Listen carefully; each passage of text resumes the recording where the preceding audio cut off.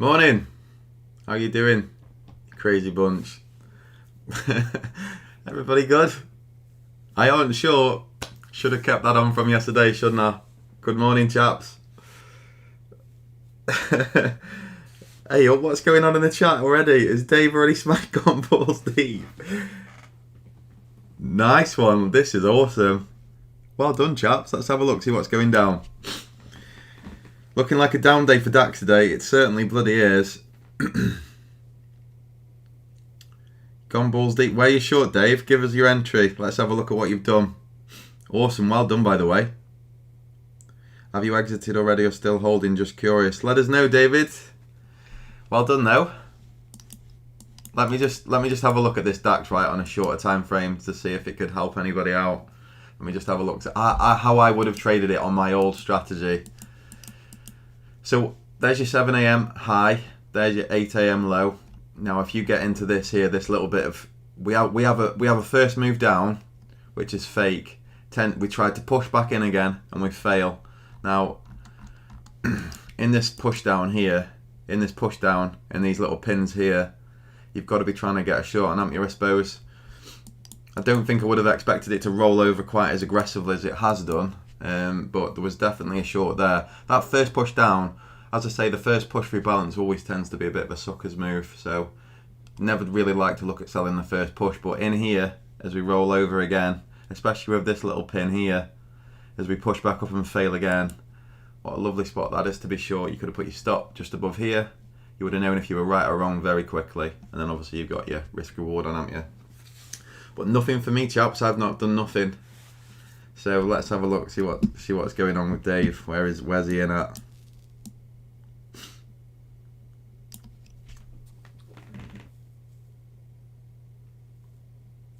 Good morning, everybody. All right, demo. How's it going? Good. Let me just show you my entry from yesterday, right? As you can see, my balance today, this morning, is at 3351, which is just, I think it's like just a touch under 12% up. So let's just go through my history from yesterday, so we can keep it all above board and stop these gurus from thinking that there's something not right going on. So as you can see, right, this is what I love about my strategy when I get it right. I make one trade, that's it, all day, and just leave it on and scale out of it as I need to, but one trade all day. So obviously it keeps the stress levels down. You're not anxious, you're not in and out of the market all day. You don't have to be stuck to your screen when it goes your way, and you actually, you can put your break even stop and you can just leave it. And this is why I love trading like this. It really is. So yes, I could have probably made more money yesterday on a 1 minute time frame, but would I have been stressed out, stuck to my computer all day, driving myself mad? I definitely would. But I feel like this strategy suits my personality way more, and it just gives me a bit more mental sort of enjoyment during the day, so that you're not stuck to the screen all day. Because as I've been into before, it didn't do me any favors mentally. It wasn't that I didn't make or lose. Like I didn't make loads of money, but I didn't lose loads of money, and I did okay. But as you know, I just prefer this way of trading. So one trade, as you can see, my entry was at 15,666 yesterday, and I think my stop was about 20 ticks above that, and it meant that my average position size was £3.20 a point, risking around 60 quid for the total risk on the trade. And as you can see, it worked out quite well. I come in with 218 quid. Now I did various scale outs yesterday, and I moved my stop to break even once I got to around 1.82R up. But the scale outs worked actually alright for me yesterday. I wasn't convinced that the DAX was going to go, and the reason that I wasn't convinced that the DAX was going to go was obviously I'll tell you that I take into account how the American markets open up, and they didn't look too bad really. Like there's a lot of people who say like you should be looking at the S&P 500, but I look at the Dow a lot with the DAX, and I feel that when them two sort of combine, and they have ups and down days, that's when the parabolic real proper moves start to happen. So yesterday I was coming into the as you can see here, two scales at 231 and 233, and just by looking at the Dow at those points in time, 231 and 233, and even 1:30 as well, you could see that the Dow just wasn't coming off. Now, could it have come off, and could I have been wrong with those scales? Potentially, but it just did not look like that at all to me. So this is what I try and do. You got to try and build a picture and build a context in your favour. And if it doesn't look or feel like, you know, you're going to really crack off and it's going to be a full-on down day, you've got to sort of like take your scales, haven't you, and take the profit off if you can. So that's what I did, and you can see all my scales there. The last one was the last one I held all day, which I think was, you know, quite good discipline of me. It didn't go for me as much as I thought it would, but you can see my last scale, I took it off at 1 minute to 9, and it was closed at 6:03s, and it was opened at treble sixes, yeah. But if I would have held it today, guys, look how much I would have been up today, massively. You know, if I would have just kept some of that on overnight, now I haven't back tested for that, but it's something that I am going to go back over my results in and have a look. Have the bigger days where I've taken bigger R meant, you know, like, is there a higher probability over the next day if I can hold until maybe the US Open on the next day, the following day? Is there any more profit there for me? Is it, you know, is it opening me up to more profits, or is it opening me up to getting, you know, like taking less of a profit on the ones that I'm holding and giving some back? So I'm not going to go into it for years and years, but over this year's results, I'm going to go back and have a look at it this morning and seeing if I would have actually come out with any more R overall by holding until, I don't know, just give yourself an arbitrary sort of time. So hold until midday, on the following day. Let's just look at that, or maybe like 2:30, the US Open. I'm going to be interested to have a look at that, because same as say, like, it's so much less stressful, isn't it, once you're in a big position. So I find it a lot less stressful to hold a position once I'm in it, and I know that I've got a break-even stop in. Like, a lot of people, I had some people in my DMs yesterday, like, why are you holding this? Like, what you're thinking? But for me, nobody knows, do they? Like, you can sort of judge what's going to happen from what the US markets are doing, but it's only a best guess. Like, I don't really know what's going to happen. Nobody does. If they did, they'd be the richest person in the world. So you're just trying to all judge it and get a context together. But there would be nothing wrong with this, just, you know, like this leg here going lower again. And then I would, you know, if I would have got out in here, I'd be thinking to myself, God damn it, I wished I would have held. Like that one that ran for 9R 1 week ago on the Friday. Nobody knew that was going to do 9R, nobody. So that's why I try and keep some on till 9 o'clock, because you just don't know. You don't know how the day unfolds. Nobody does. So that's if I can help anybody out by pointing them in that direction, I would always try and say keep a little bit on till close. If you're sort of looking at trying to do what I'm trying to do. A lot of people are in and out all day, aren't they? So yeah, let's get into the chat, chaps. I haven't got a trade on here yet for me. There's nothing going for me at all. Potentially I could have, though. Potentially. There's potentially that's something that could probably happen. I would need a pullback, though, first of all. A slight pullback up. Maybe to around the 500 level, maybe just underneath it. And then if we rolled over again... I don't like these markets when they bottom at this time. I just don't. I don't know why, but don't ask me why. But there's just something about them. I prefer them. I prefer the ones where they're in balance all day and they poke out and then they roll over at around 10:30, 11. I find these times when you get a real aggressive leg down here, unless this is like a really tight consolidation, you know, it's nice and tight. A lot of the time they sort of go back in, make a double bottom, maybe fake out this low at the bottom and push through, but then push up. So it's something to just be aware of. Will I take the trade? Yes, definitely I will. If the setup's there, I'm not gonna try and duck out of it. So we'll see what happens.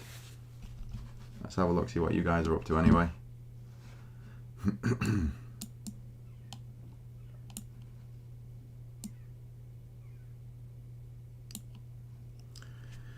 Right, chaps, so it looks like everybody's in short on the DAX, are we? Good work, by the way. How do you divide your scaling usually, ActTrader? Right, so for me, it's sort of, I like to try and take 20% off at a time, but always try and end up with 50% on at the end of the day, whatever, hopefully more, but it all depends, ActTrader. It depends on how the US opens up for me. If the US opens up and it looks like they're selling off as they're opening up, I will try and hold as much as I can. But yesterday, if you look at the Dow, yesterday when it opened up, you will agree with me that it just didn't look freaking bearish at all. It looked really bullish. As you can see, like once we get into here, into this point here, It's like 230 here, and this opening candle at 230 just literally smashes up. Now what I do is, as I've told you, I will draw my IB in here, like so. And I think that was it there, the 245 candle. So if we just drop it down there. So that's the IB for me in the Dow. Now, as I've said to you before, right, if the Dow is underneath this IB and we're selling off and it looks like there's a down day here and it was making a run underneath these lows here, I would hold as much of that position as I could do. But when I'm looking at this and seeing the 230 candle, I mean, even if you go to a 1 minute time frame on the 2 minute candle, it was just obvious that it wasn't going to be a down day. Like look in here. So the first minute here, we don't crack off straight away, and I'm thinking, although it's a pin bar, we're not cracking off beneath these lows. For me, if the Dow was going to have a down day, it just goes. You can't do anything about it. It's just gone. But then this candle here at 231, straight away up, and you're thinking, right, okay, so the bias that the DAX has got for me is probably wrong straight away. And then you just get in a drive up, so you get this open drive, you get this tight consolidation here, and you get this drive again. And for me, there's nothing bearish about it. Yes, we come back in underneath its IB at 245 here, but like that just spent the whole of its day inside its balance. So it's nothing too bearish really for me, that. So that's what I'm looking at, and that's what I'm trying to judge my DAX positions on, basically. I use that as a guide, and same as say, if we're below this point and we're selling off, I will hold all of my DAX as much as possible until the close, because all of the markets are in agreement with what I'm thinking, and I'm holding short. I need the American markets to crack off big time, and they didn't. So that's why I tried to keep as much as I could on a day when you get them all in agreement. And obviously yesterday I took some off, as you've seen, at 230. So yeah, for me now, this looks interesting now, doesn't it, guys? It looks like a nice tight little consolidation building now we've got. There's a very good strategy that I've got. Right, if you drop down to a 1 minute time frame here, where these highs here normally get cherry picked liquidity wise. Let's just have a look at them. You put that in there in that horizontal, like so. Now, I've seen it so many times here where you go through this high. That high there is important to the market at 839. If we trade through that high there and we fake out the other side of it, it's very highly probable, and I know it's like, oh well, we'll go lower because we're getting lower, but it's very highly probable that we do something like this and drop back down. It's very important that high is there, I've seen. There's that little bit of previous lows there as well, just above there. Now I would draw something in that. Now it won't be a trade for me because I'm not trading like that anymore, obviously. But as a day trade, I used to love stuff like that. Push up through there, green candle through it, pin bar back through the other side of it with a very small risk. Like you might be able to get like 5 or 6 ticks risk on, and then you're aiming for these lows here first, and then the second lows for your second trade, and then leave some on in case we really go. But a lot of the time, if we get a green candle through that point there and we don't trap, we can, like that's the reversal point, and we just go up. When we go and test the bottom of the IB for the day, and we probably go and test these lows here and these lows here. So it's something to watch. I'm going to be watching this.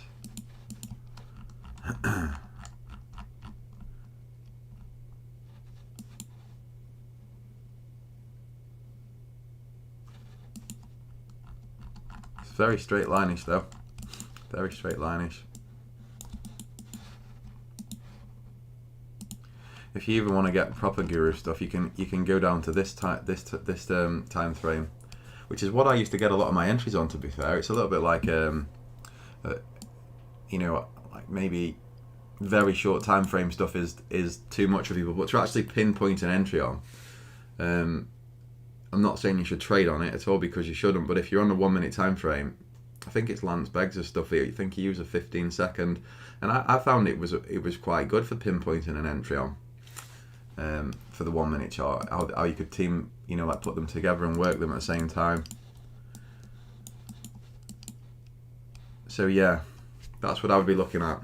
I wouldn't want to be trying to short in these lows here, definitely not, and thinking that this could be a bear flag and break.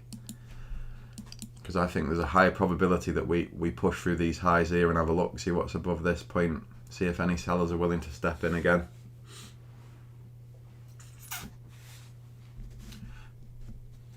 We'll see. Let's just see what happens anyway. Still no trade for me, guys. Nothing showing at all. Let me just come across and have a look, see what you're all up to.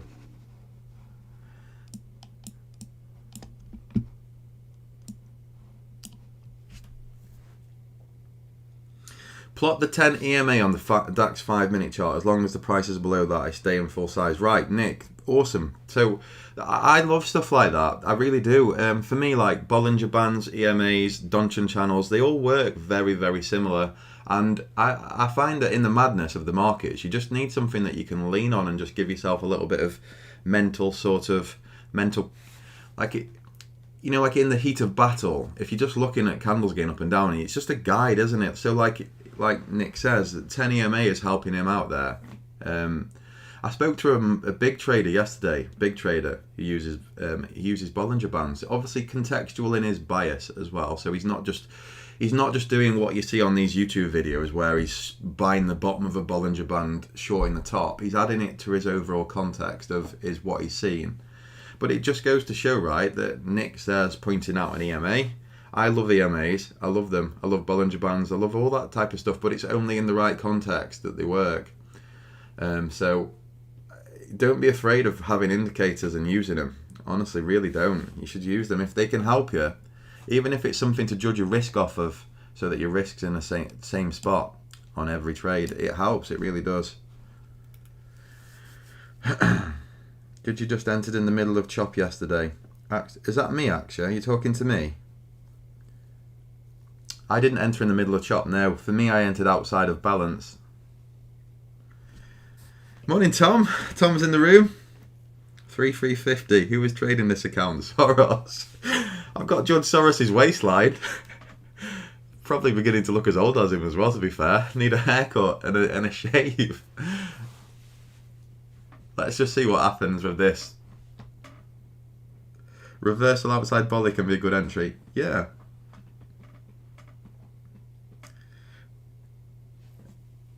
I'm looking at this. I like this high here. This high for me on a shorter time frame. Don't get me wrong, I'm not trading it. It's not part of my strategy. But if we got a push up through there and a fake out with a red candle in here and back into the range, so out the top with a green candle, back into the range of a red, I would potentially crack that short.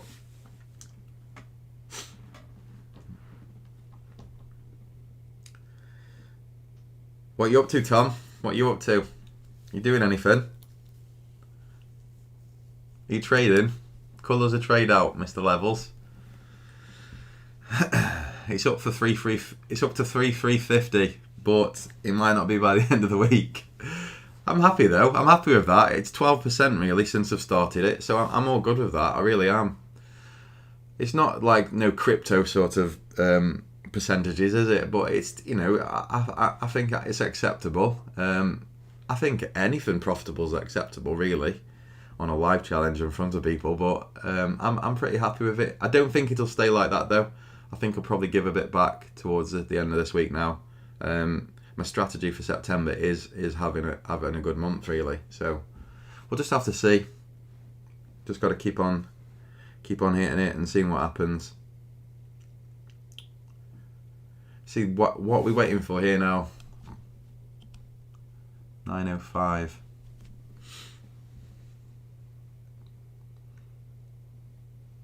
I don't know about this DAX. It's a trickery snake, you know.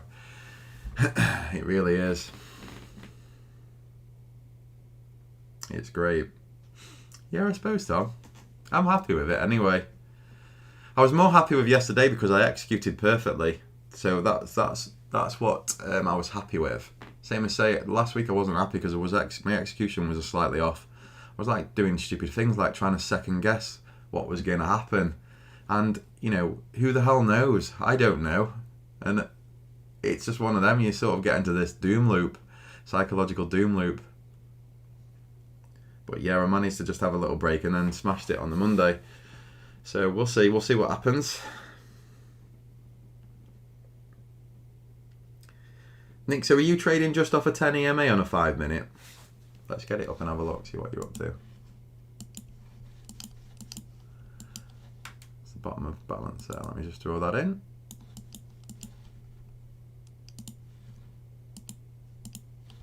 Same as saying, I normally have EMAs up anyway, to be fair. I like the 25, I do. Proper guru stuff this now, getting the EMAs out.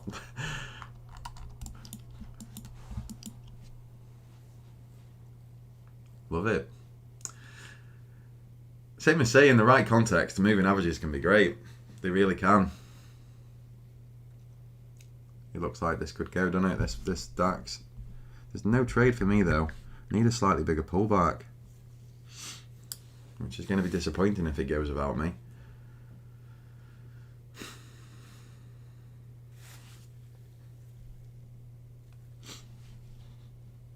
I tell you what I do like, guys. This used to be a good strategy, and I used to really like trading it, to be honest with you. But have you ever seen like the moving average trap that I used to call it, where it crosses one way and then crosses the other way? Don't know if you can. Let me just get them up and just see if I can just show you. So let's go for the 200, and then we'll go for the 25, and then the 5. Now, the strategy goes that if you're below the 200 and you get a cross underneath it like this, that this is going to be a trap here. So you'd be short on, as we get the close back underneath it, you'd be short with your stop above it. But you can only, the strategy only works when the bigger moving averages are, like in a downtrend or an uptrend. So it absolutely sucks when it's like sideways like this. But in a proper downtrend, as you can see yesterday, right? So look at that yesterday. Here's some free edge for you guys. Yes, have a look at this. You get the 200 that's moving down like so, diagonally. Now I used to love trading these because they were like little traps. Now as the 5 and the 20 cross up, the bullish cross here, you're waiting for a close back beneath both of them, and you put your stop above and you're short. As you see, you might have just got ticked out there on that one, but the next one you would have hit and you would have been short and you would have held.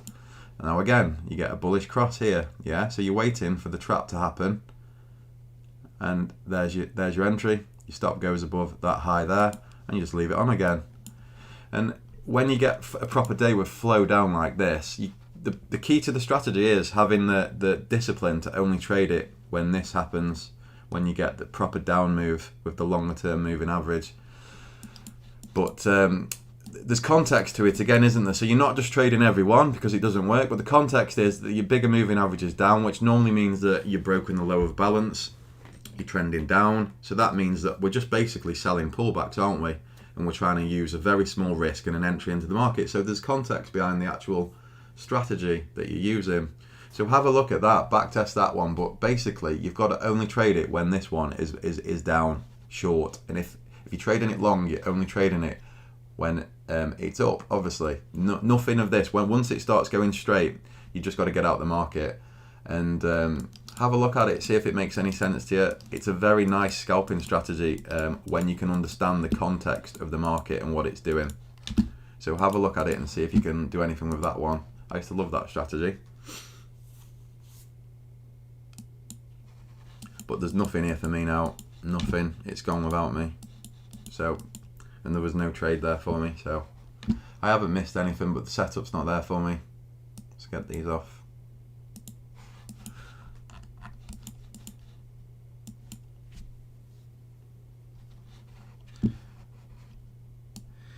Dante uses EMA crossovers, pass it on, right? Yeah, you see, Tom would never do that, would he? Because obviously he's trading level to level, and obviously when you're trading moving averages with level to level like he trades, a lot of the time the crosses happen and you're shorting into the level that you want to be taking profit at. So it's completely backwards, like it's not part of that strategy, is it, at all? But for actually jumping on flow and jumping on the flow of a day as a day trader on a smaller time frame, like if you can get a 100 period or a 200 period moving average, it does give you, like, it tells you, like, if you can't spot that the trend is down, or there might be flow to that market on that given day, it's something that you can just look at instantly, and it will tell you straight away that, you know, the conditions have changed from the morning when the average is flat, you know, like the market's picked up pace. It tells you a lot, really, and you can sort of add that into your trading strategy with like a decent context read, I found. So if you're struggling with that, and, you know, like you're finding it tough to sort of develop a contextual bias of what's happened on any given day, I do think if you're trading day trading wise, I'm not saying if you're trading Tom's strategy on the 1 hour time frame using a moving average, it's going to get you in too late, and by the time he's taking profit, you will have been stopped out. If you know what I'm saying, because the moving average is lagging, isn't it? But for actual overall bias, contextual bias on a day trade, they do work. They're pretty good. So yeah, let's have a look, see what's going on. I'm gutted about this, by the way. Well done to anybody who's short, but the setup's just not been there for me. How long have I been trading for? 11 years, Callum. I tweeted out my first ever deal ticket on IG. You can have a look at it. It's on my Twitter somewhere. I think it's about 11 years, 11 and a half years. It's coming up to 11 years, yeah. And I think it was a footsie. I think it was a footsie short. I think I probably sold the low as well, like normal. But what can you do? Yeah, one of them. What can you do? I didn't have a setup here. I'm sorry. You ledges get it. I wished I was in with you, but I'm just not able to get on board. Just didn't set up for me, so it sucks. And now I've got a big problem, haven't I? Because if it pulls back, we're going to be way over ATR, and I'm probably going to be freaking selling the low like a mug, and I might get stopped out. Yeah, it's letting go. Should have held my short from yesterday. That would have been the most intelligent thing to do. Fuck's sake. What can you do, guys?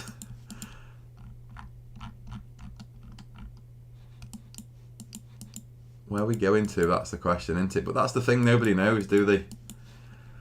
Nobody knows. And this, I don't like DAX, I don't, for levels. I really don't. I've said it before. I just don't think it reacts. It's just all about flow. Like, you could look at this level here, couldn't you, and think maybe, you know, that's decent old resistance. I don't know.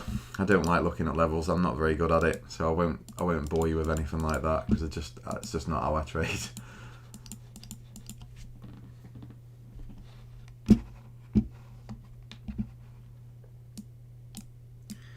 Jeez, Callum, is that to me? Jeez, 11 years. Yeah, Callum, and honestly, the first 5 or 6 years, mate, they were so hard. They were. I'm not gonna lie to you. I've done everything wrong. I have everything. Some of the shit that I've done is just ridiculous. It really is. But you turn a corner, and I did read a thing, and I think it's true. When you've taken enough pain out of the market, you finally realise that you can't keep doing what you've done previously, because you need to change something. You need to do something different. You need to look at something different. Like, if you're not making money after 4 or 5 years, it's probably only yourself. There's something that you're doing that's just not right, and you need to have a proper look at yourself and step aside. And I did. I think I had about 6 months off and just had a good look at, like, what is making money? What am I doing wrong? Why are all my trades wrong? And a lot of the time, it wasn't because I was calling the market wrong. It was just because all my risk management was wrong. Money management was all over the place. I would watch videos on YouTube where they'd say, you know, you've got to risk more on the trades you feel like the probability is right and you're going to make more money on. But what I didn't take into account is I didn't even know what I thought was a trade that I could make more money on. I thought I did, but I didn't have any edge. So I was risking more on trades that I thought looked better, but I didn't know the probability of that particular trade, if it actually added any edge overall to me making money. It was just like, oh, this looks like a better bear flag, or this looks like a better head and shoulders.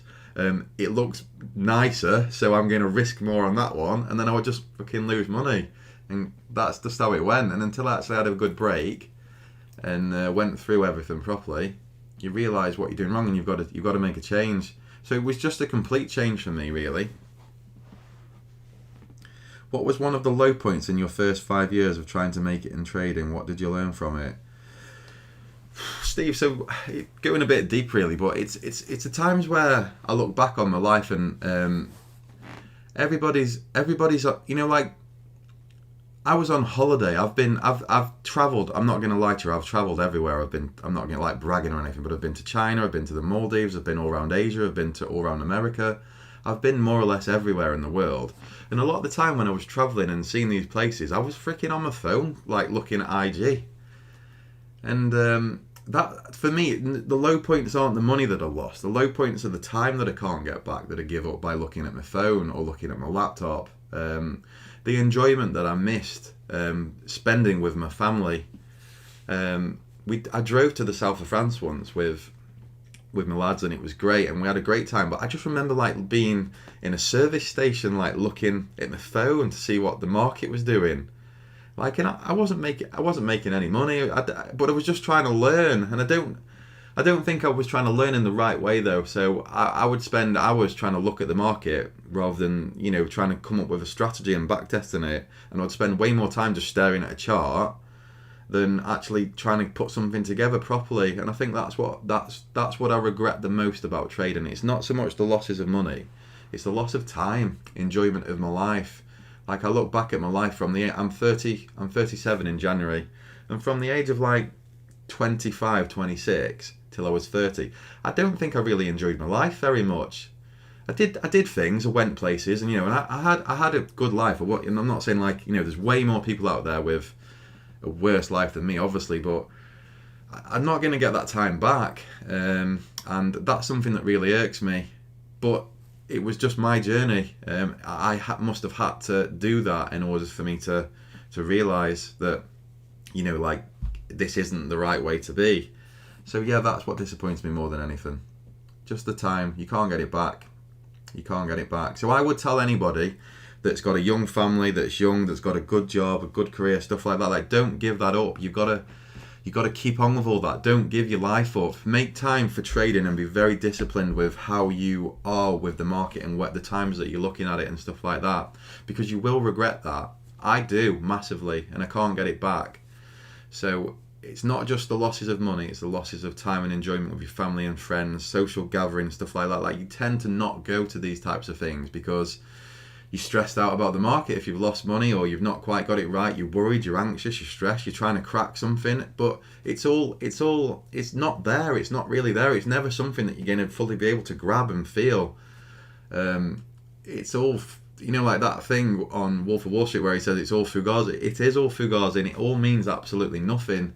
So I would say, if you're like that, like me, and you're feeling like that now, get yourself out of that routine. Do something different. Go and get a job for 6 months. Change your mindset completely. Trading will always be here.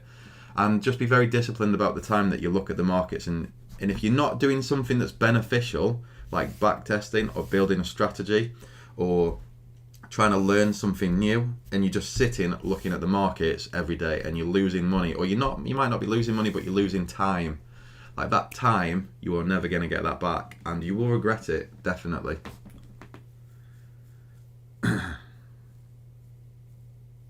So yeah, you need to cut that excerpt and put it on Twitter. So many people will resonate with this, even very successful traders. Hopefully, Tom, hopefully. But that's it. That's been more important to me than anything. That I'm not getting that time back. In the prime of my life, 26 to 32, like, you're becoming a real alpha male in society at that age, aren't you? You're not really a young lad anymore. You're becoming a man, and I just like this all the time on my phone, looking at frickin' IG, 1 minute chart of the DAX. Well, yeah, it means that I know something about the initial balance, but I've lost years of my life, trying to understand that. Now, is that worth it? Probably not.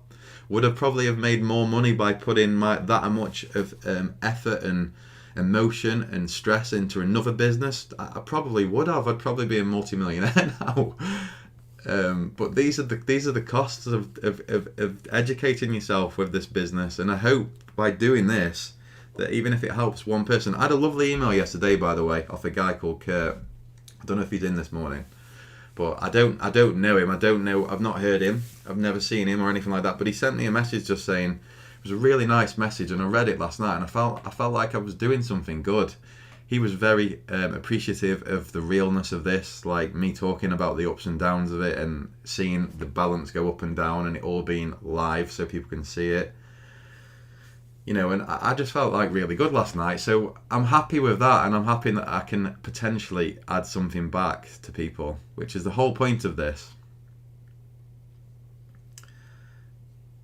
How long did it take to make your first million? I've got 1 million air miles, Dave. I haven't got £1 million though. I'm the only guy in England who's got 1 million air miles, right, at the point where we're not allowed to fricking go anywhere. Like, that is just my luck, that is. I've got these amazing balances of air miles that I've collected for ages. And I can't go anywhere because I'm not vaccinated. So that is the word, that's like just my luck, right is.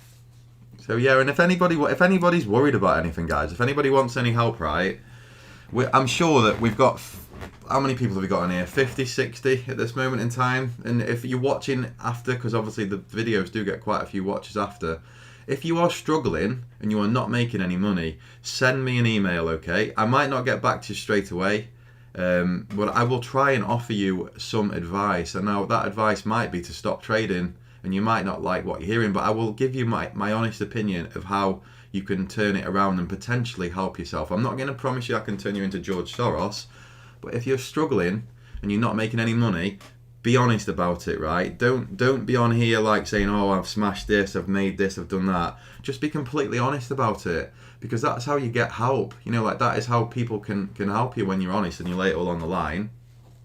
If you're struggling, help. You know, ask for help.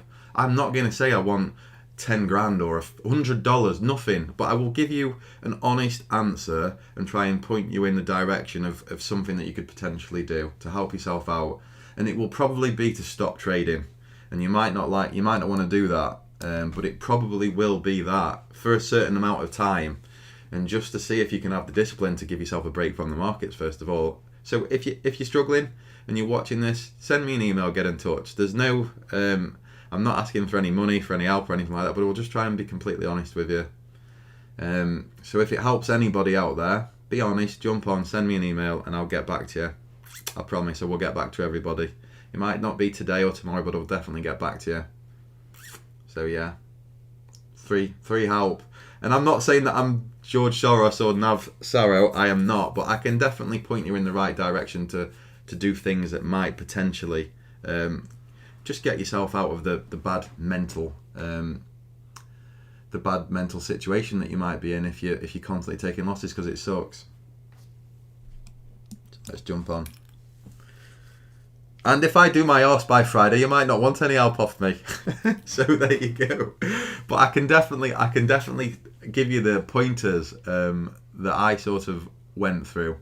Same as I did say this yesterday to people. If you can just take a strategy and just trade it for a month on demo, don't even worry. It could be a coin flip strategy. It doesn't matter. Just having the discipline to do something different and stick to it is what can change so many people's trading around. And it gives you a step away from what you have been doing. And it just sort of, you just sort of focus on risk and reward rather than actually trying to guess what the market's doing. And when I did that for a period of time, it sort of settled my whole emotions down of trying to guess and be right or wrong and just flipping a coin.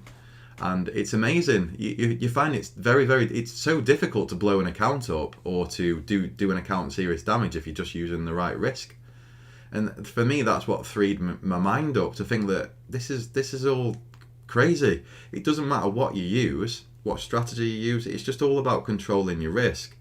I've never met anybody that's controlled the risk at 0.5% of an account that's ever blown an account up. I actually think it'd be more or less impossible. Like, did you hear that thing yesterday about that hamster that was trading crypto and was doing better than the S&P 500? So, like, all this tells you that it's all about controlling risk, really, trading is.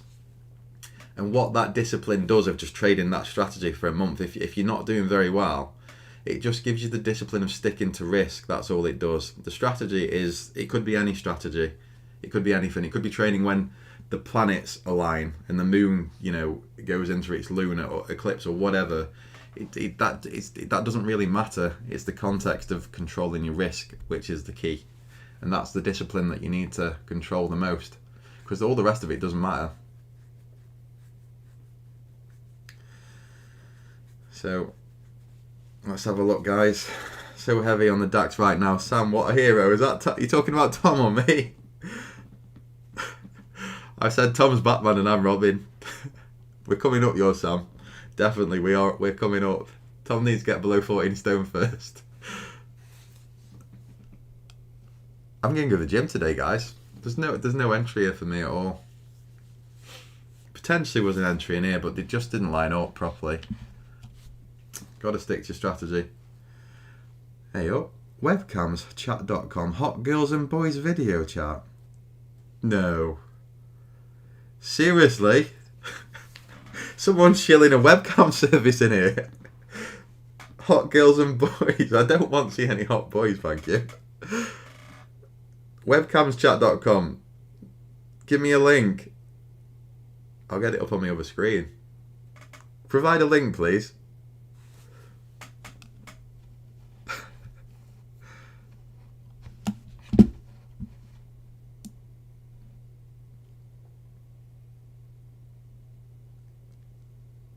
Let's have a look, see what's in the chat.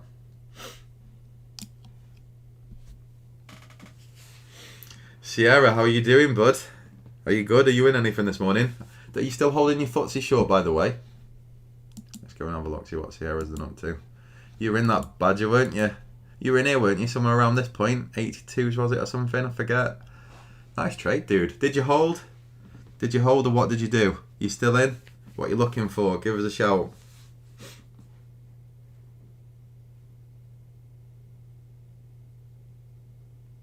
Regarding risk, I found that supply and demand force you to have a good R instead of just entering a position in the middle of nowhere.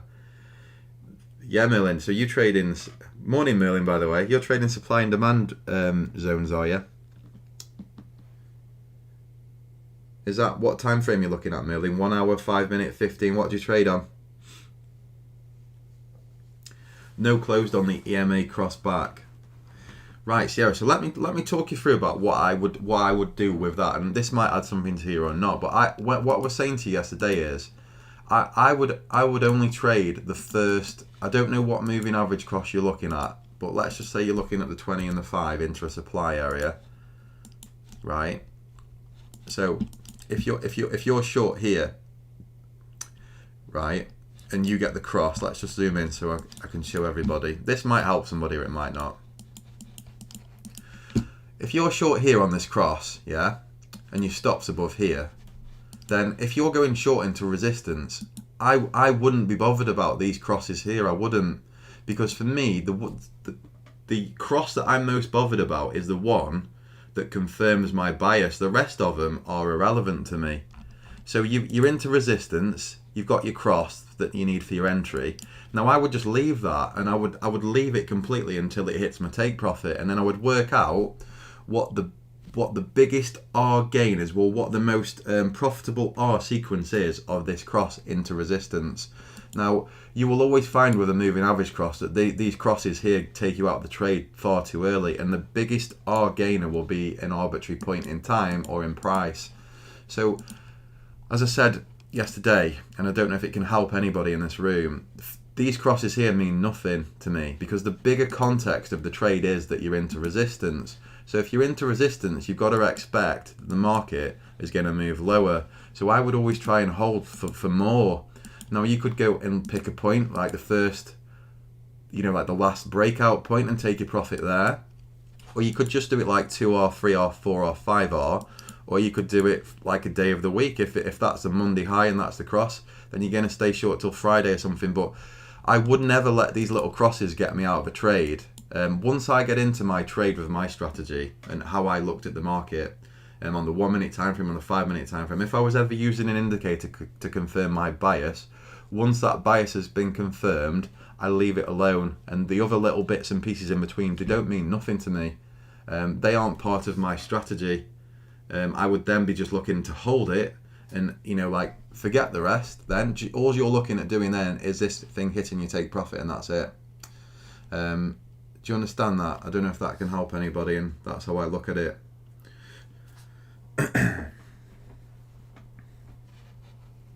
Actually, what can happen is you can start over trading. You can start getting in, and then you can start getting out, and then you can start getting in, and then start getting out. But that doesn't. All that's doing for me is making your broker rich. Like, you've had the cross that's confirmed your bias that the FTSE's into resistance, and now it's rejected. So for me, all you need to do after that is put your take profit in, and or hold to the point where you've defined that could be the maximum potential R on the trade. Does that make sense to you?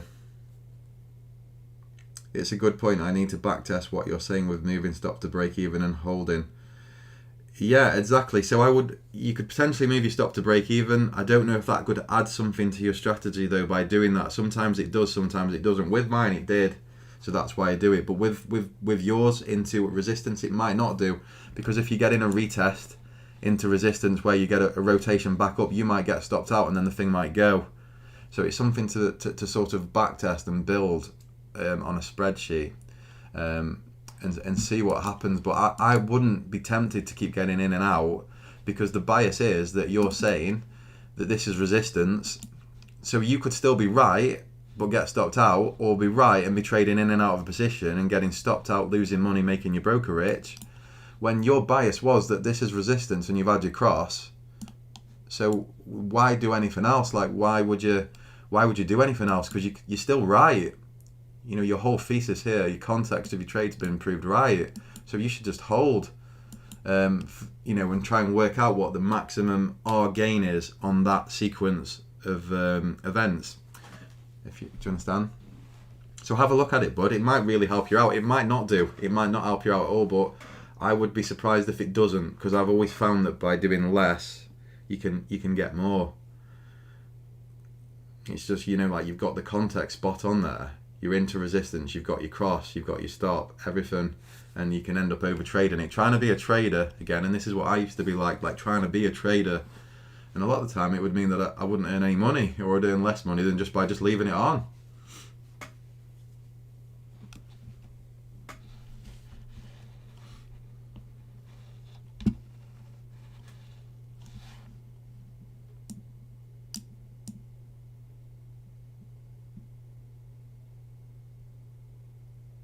Aren't you afraid that your strategy might stop working going live and explaining it to others? Not really, AxeTrader, no, because it's very difficult for people to work out. For my strategy not to work, it would mean that the DAX would never really have to move again. And I don't think that will be the case. Like, it could possibly happen. But people don't know my exact strategy, because there is certain parameters where I don't get into a trade even though my entry and exit my entry criteria has been hit. So it's not as black and white as you would think. But no, that doesn't worry me, because I don't think many people have got the discipline to hold a trade either all day. And that's a big part of my strategy. Holding a winner is a big part of anybody's strategy that's like a profitable trader. And that is the main thing, I think, where people struggle the most. Most people like trying to take a profit too early, and they see green in their account and they'll snatch at it. And I think that's the key to any sort of profitable trade. Not a lot of people can do that. So I could give somebody my exact strategy in black and white, and there would still be, I'd say there'd still be 85 to 90% of the people that wouldn't trade it or try and second guess it. So, it's difficult. This is what happens to people, and you start trying to, it even happens to me, AxeTrader. It's my strategy, right? And I still trade it like an absolute twat sometimes. I do. So I'm just being honest. It's very tough. It really is, and especially after you've had a couple of losses, or you've give some back. Like, that's another massive part of my strategy, right? So you guys have only seen the days where it's gone for me. And, like the R's been there at the end of the day. But there's days where you give it back. Like, I can be up 5R in a day, and the thing goes back to break even. Now, what will happen to 95% of the people that are trading that strategy, my strategy, the next time it gets to 3R or 4R, they will take all the money off. They will. they'll take it all off, but then guess what? That one will go to 9 or 10 or 11. So it's so tough, it really is. And even if, like I said, even if I explained it black and white, point for point, the exact parameters of it, it does not mean that anybody could trade it profitably. Because even me, the guy whose strategy it is, I still trade it like a twat. I do, just being completely honest. I would be up more this month if I traded it properly. I really would. But this is human emotion, and you've got to allow for some sort of, you've got to allow for some errors, haven't you? You have, and I don't want to make it mechanical. I don't want to do that. I really don't. And the reason I say that is because if you make it mechanical, whoever's got your strategy on their platform, and if it's all mechanical, can see exactly what you're doing, and then they could make an algo of it themselves, and they could potentially rip it off, and then it probably might not work. So.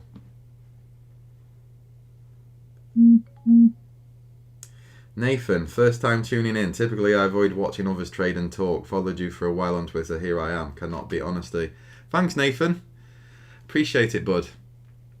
I'm not the oracle of trading or anything, but I just try and be as honest as possible. That's all I try and do. And if I can try and run this account up and do okay, then all the best. All for the best, isn't it? Risk and your own being is what needs to be harnessed. These two most important aspects over years of trading you have to identify. Yeah. So the psychological aspect is difficult, demo trader, and it really is. But for me, not having any edge was the biggest psychological hurdle. So it wasn't about I was all over the place, I was stressed. Like all these people that are like trying to sell you psychological courses and say if you drink green juice and eat salad and go on a run in the morning, if you've got no edge, you're still going to do your arse, and your psychological, like all of your anxiety and stress are still going to be there because you're still going to do your arse. But for me, having an edge that I could rely on, a strategy that was resonated with me first of all, it did. I felt I was able to commit to it properly, and I did. Now all of the psychological aspects fall into place after that. So you need some edge, and I speak to people all the time who haven't got any. They've not back tested it properly. They might have scanned the charts or had a good look through the last few months of price action, but they've not back tested it properly. They haven't. A lot of people haven't, and when you look into other people's backtesting results, they're all wrong. I don't know why, but people seem to cherry pick what they would have done, or it's all, there's no, like, they add layers of things to it which are very vague, very grey, rather than black and white. So they might say, oh well, if this happened then I would have done this, but how do you know that you would have done this in the heat of battle? You don't. It needs to be black and white, absolutely. Entries, exits, black and white, with no sort of discretionary sort of input to it. So if it's got any discretion at all, I'm not interested in it, because how the hell do you know that you would have discretionally made the right decision at that point in time? You probably won't. So you're giving yourself the benefit of the doubt, when I can guarantee that when the shit hits the fan and you take 6 losers on the trot, you won't take the right decision. So for me, any strategy that anybody sends me, or any backtesting that anybody sends me, if it's got any discretion, any grey area at all of, oh well, I would have done this, or this didn't just look right, or I didn't take it because this pin bar here was just there, so I didn't take that one. But that one was I didn't lose any money on that one. You won't have done it, because you might be 6 trades down at that point, and you'll be clutching at straws thinking, I've got to take this trade, I need to make money, and you will get stopped out on that one. So it's got to be black and white. Every strategy, when you're backtesting, it has to be, else you're just lying to yourself, and you're just costing yourself loads of time by doing that. Because if you're putting in the work and actually backtesting but doing it wrong, you just, what's the point? Because you're gonna get undone. So yeah, black and white. I don't see any discretion, none. If there is, I'm not interested. It's not the mindset, it's the method. I agree, Mark, totally. the mindset follows once you've got a method that you feel comfortable with and you can really sort of accept, and it resonates with you as a person. You can sort of get onto it and get your head around it and stick to it. Sierra, one tip I've got for backtesting that avoids the cherry picking: get a trading view account. You can replay the bar so you can put the price action back 6 months and trade it properly bar by bar.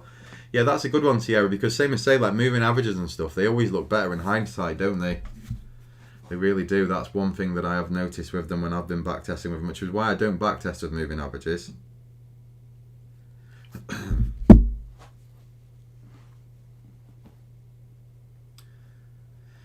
Such a breath of fresh air to know there's some honest people that share the realities of trading by yourself and the result you get. Yeah, I'm just trying to be honest, guys. And if this account doesn't go up and I end up doing my arse, it's just one of them, isn't it? It's honest. So I would much prefer it go to zero honestly than try and hit 12 grand dishonestly. So it is what it is. I just think less is more. I really do with trading. Like most of the losing traders that I speak to are trading far too much. They really are, and they're constantly in the market. They're trying to look for something that isn't there half the time. Because as you know, the markets don't really trend all the time. They don't. They do tend to just chop around and mean revert. So a lot of people are just always looking for something that isn't there. And you can give someone a really good trading strategy, and they don't understand the context of when not to use it half the time. And that's the key. The key is in knowing when not to trade rather than actually when to trade with all of it.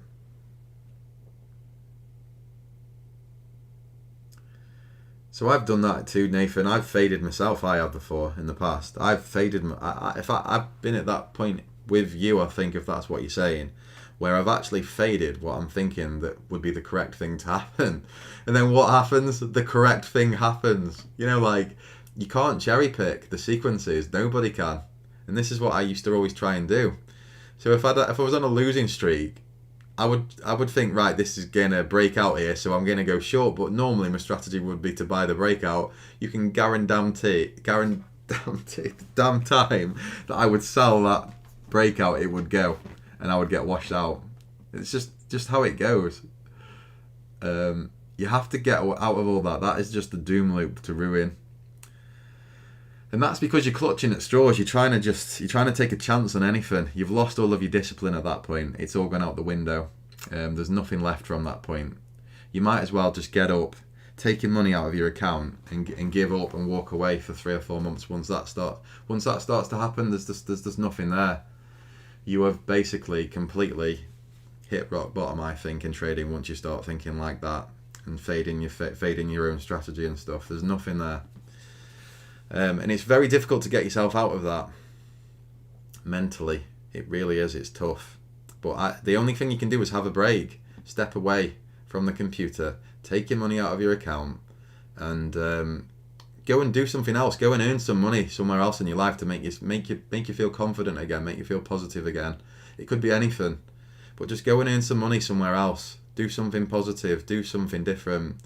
Feel what it's like to achieve something again in a normal state of mind, being a normal person, not being a trader.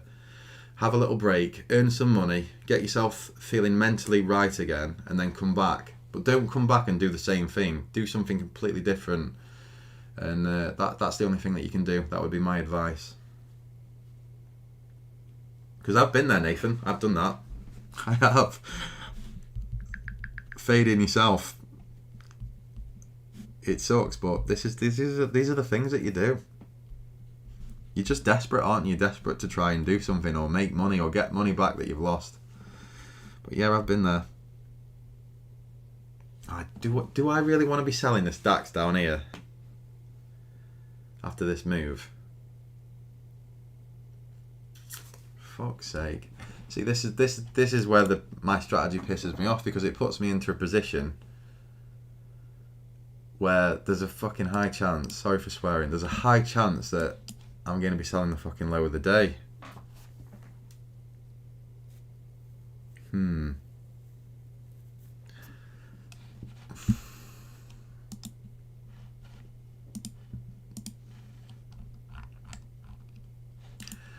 I think everybody looking at the Dow, right, look at the Dow on the daily there, would accept that this could be a short-term high, wouldn't they?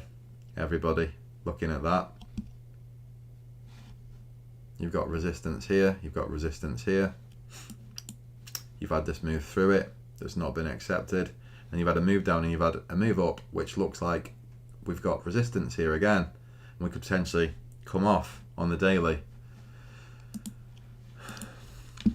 But what I've got to work out is, if this market's going to go down all day, I've got to get in short and try and not be stopped out until 9 a.m. Because obviously I'm not day trading, I'm not in it for 1 hour or 2 hours. I'm looking, right, this thing's got to be able to run all day and I can't get stopped out until 9. We'll see what happens. I'm hoping it can build a bit more structure though and go and punt back up a bit and then roll over. That would be my ideal situation here. If we could take these highs out here and we could push through these highs like so and then roll over again. At that point there, as we roll over, I would hit it short. I don't want to be fucking selling this down here. I really don't. Is that an old Trader Dante strategy there? Let's look at strategy. Sorry, look at this. I think we've got one. Is that a retest of the pin bar? In there. Lovely, if so. Now Tom would say he wouldn't trade that because it'd be in the middle of nowhere, but I think he trades a retest of pin bars, Tom. In this area here. Let's just have a look at it on a smaller time frame. Yeah, perfect. Pinpoint. That's one of Tom's strategy entries, I'm sure it is, where you get a retest of a drive through and a retest of a pin. Don't think you'll mind me saying. Can you all see that? See that pin bar? See how we've pushed through? And then we've gone back to retest it. Now I don't know, you could combine that strategy with, okay, so let's look at this. Is there anything else that could be telling us that that's an entry? Is there any RSI divergence? I know this sounds like completely retail Rick, but is there? So yeah, there is. See? Let's have a look at that. So you've got your RSI divergence, hidden divergence I think the word would be. Maybe. Here. Into that. And then you've got your pin bar.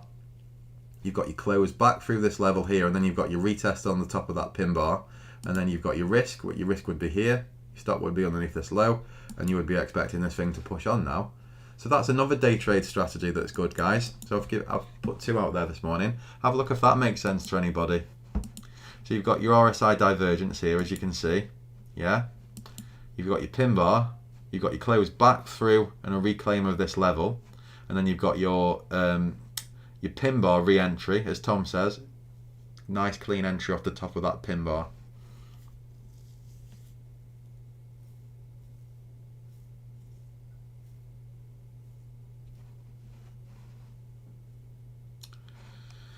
So yeah. Mechanical, how are you doing, bud? Took out H4 swing low. Let's have a look.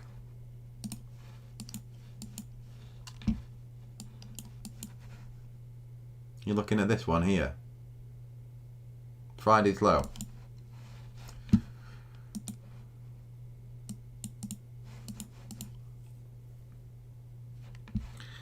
I can see that, but doesn't always work. Demo trade and nothing always works, bud. Nothing does. I'm sorry to call you out on that, but listen to me, pal. Nothing always works. Nothing. It doesn't. Trading in like that. It really isn't. Nothing always works, pal. It's just about risk and reward. It's just about trying to put a context into what you're seeing and add a risk-reward profile to it. That's it. Where if you win more than what you're risking. And that's it, bud. I wish that stuff did work all the time. I really do. I wouldn't be sharing it on here if it did, though. But there's nothing that does that, dude. There really isn't. There's no system, no trading strategy that will work all the time. None. If it did, we'd be billionaires, won't we? I know that. Okay, bud. Just pointing out there.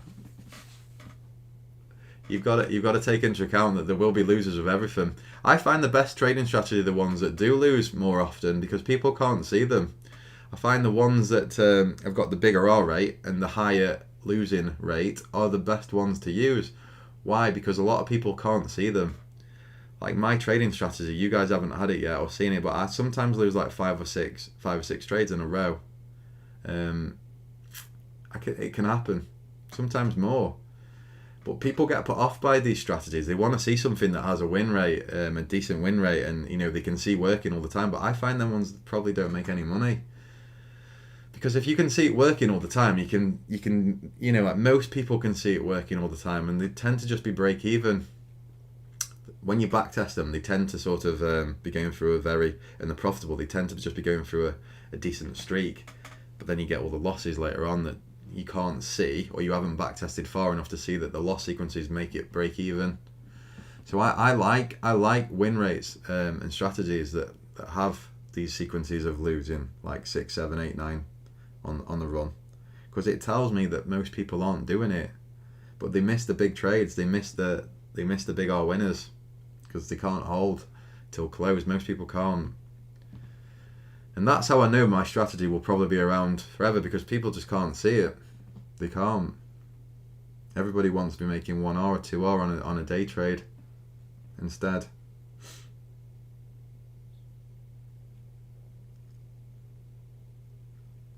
Gotta go, Merlin. See you, mate. Take care. Hope you've got some this morning. Nick's pointing out that the candle closed above the 10 EMA on the 5-min, so he's saying it's likely to retrace now. Yeah, these highs here are now important structurally to the market, aren't they?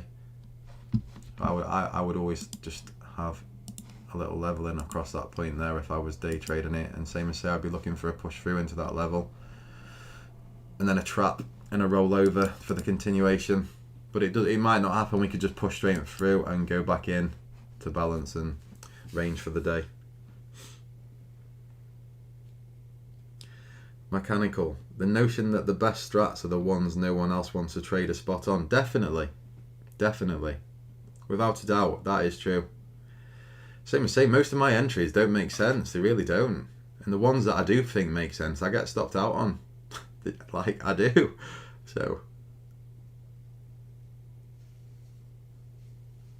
Better System Trader podcast. Who's Better System Trader podcast, Mechanical? Give us a shout. Point it out. Who is he? Is that that guy that trades in his shed? What's his name now? Chris something. Am I right?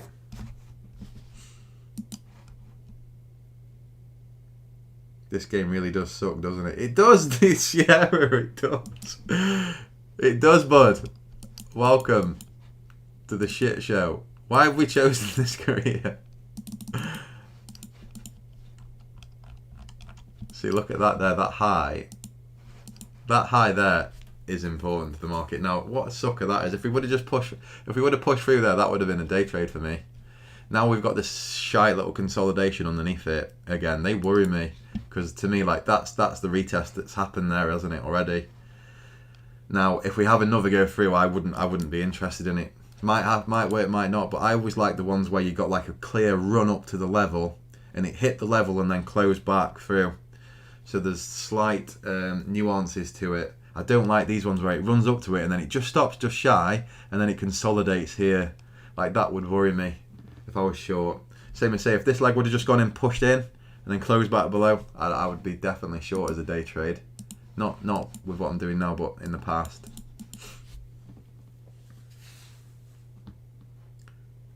Just put a link. Cool, Mechanical.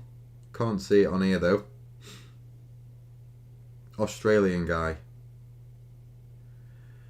Oh right, Better Systems Trader. I've heard that. He's a podcast guy, isn't he? Yeah, sorry, I didn't. Yeah, it's podcast. You know what? I've listened to him on Spotify, Mechanical. It's good, some of the stuff that they put on there. I do listen to that. Yeah, I haven't done for a while though, but I have listened to it in the past quite a few times. It's quite good. I've been using envelopes for a while on the 15-min, getting out of the envelope and a close back in the next candle line the majority of the time. Settings or DAX 40.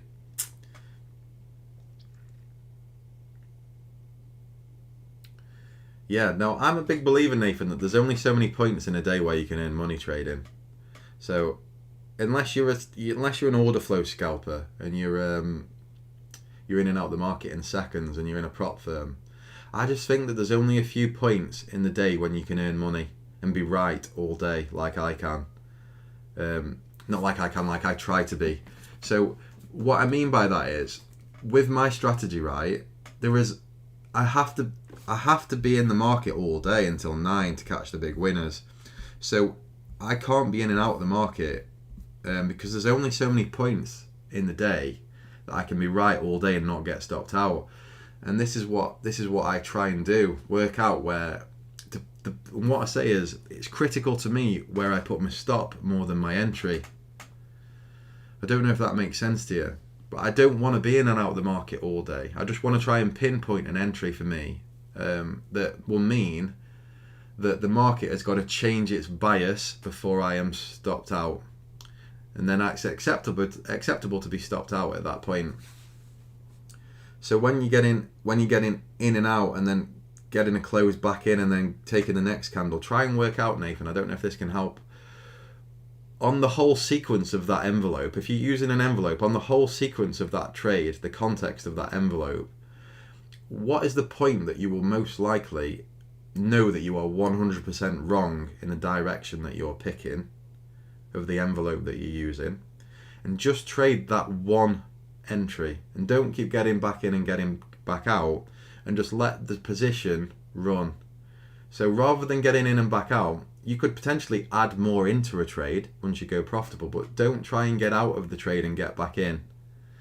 Just try and pinpoint the entry that, you know, like that's acceptable risk reward wise with a stop, so that your stop is put in the place where that you will know you are wrong if it gets hit, and then just leave it, hold it, and see how much money, you know, like how much of a position that you can get on, and how far it can run for you, and work out the optimal take profit on that sequence of envelope that you're trading. That's how I look at it, the market, for me. I don't want to be getting in and out the market if I can help it. I just want to pick the right spot that's going to mean that if I'm right, I'm going to get paid, and if I'm wrong, I'm going to get stopped out in the right spot. That is it completely. Now you can use an envelope for that, you can use a moving average for that, you can use a MACD to give you context, a bias, but all you're basically doing, in my opinion, is you're just trying to pick the right spot. Mark Wogan, see that roof test at 430 on the M5 RM1? High win rate on scalps like that, good for 30. Yes, Mark, see that, I would have traded that. I would have traded that with you. You're in here, aren't you? This roof test here. You're meaning this roof test here. Yeah. That would have been me, Mark. I would have been there with you with that one. I really would have been. I love that level myself. And it's the drive. I've found this the drive up that's important. This leg up out, which tells you that someone in town is buying. And then when you get retested, you'd expect that buyer to come back in and have another go at it. Nice one. I have a 10 stop 20 target method on them. I don't always get 20, but very high win rate on scalps. Yeah, nice one. You see, this would have been one here for me too. This one, I would have been scalping this short here, but as I've just said, on the shorter time frame, it worries me when you get this consolidation here, and it's worked out again really to this point that I wouldn't have wanted to be short in here. I would have much preferred a leg up and a close back in. This consolidation here, you're thinking to yourself, right, that just doesn't look right. So I would have stepped aside that one. Mechanical, seems the link I'm sharing isn't showing. I don't think you can share links on here, Mechanical Trading Systems, actual links, sorry buddy. It's not me, I'm not touching anything that's saying you can't. I just think it's down to YouTube and what's built in on here. Else people could come in on lives and like put links for things and stuff, and I don't think they allow it. Maybe you'll have to type it out differently so that it doesn't look like a link or something. But it's not me. Don't think that I'm trying to stop it, because I'm not. Yeah, demo trader. I think that's what he does, Mark. He does scalp. So he's a day trade scalper, discretionary. So yeah, I don't think he would be holding it. He's put on his 20. His target would be 20 ticks, and I think he probably would have been hit and taken out. So I think that's what he's doing. Looks to me like we're building head and shoulders on the daily time frames of FTSE DAX. Yeah, to me, Sierra, that's what I'm seeing too, buddy, on the daily. I'm seeing that myself. Now those pins, they need to play out, and this is the down move that we're getting off them. So yes, guys, there's nothing setting up for me here again. Nothing. Absolutely zero. So I'm gonna bail on you all. I really am. I'm gonna go for a run and go to the gym because I didn't go on one yesterday. I was going to, but then I changed my mind. So yeah, I can see that trade, Mark. That's a great trade. I would be right in there with you. I really would. Where I would undo myself though is I would then be, you know, trying to do something else and then something else and something else, because once I got on the 1 minute time frame and the 10 minute, you know, like the 10-second charts for entries and stuff, I'd just drive myself crazy. You're obviously more mature than me though, you know, I couldn't do it. So yeah, but I see that entry. It's a great entry. It really is. So well done, good stuff. So yes guys, I'm going to call it a day here. I'm going to try and get, what I'm going to do though today is I'm going to go and get a haircut and a shave, and then I'm going to try and do that Bitcoin video this afternoon. So if you could have a look at it when it comes out, and I'll give it a thumbs up, that would be great. Yeah, so have a look out for it. I'll try and get it on today, this afternoon, and see what you think of it. It's indicator based, so it might not be for everybody, but have a look at it and see if it makes any sense to you, and see if it adds anything to your trading systems. And it does make money, and I can prove that it makes money. So yeah. So congratulations for everybody this morning for jumping in. It's been good. It's been good to talk to everybody. I'm glad that everybody smashed the DAX. I think Mark's made money on the upside. Some people have made money on the downside, so that's all good. The room is making money both ways, which is always good to see. Everybody's making money but me. But yeah, have a good day. And see you back here tomorrow at 8:45. Take care and thanks for dropping in.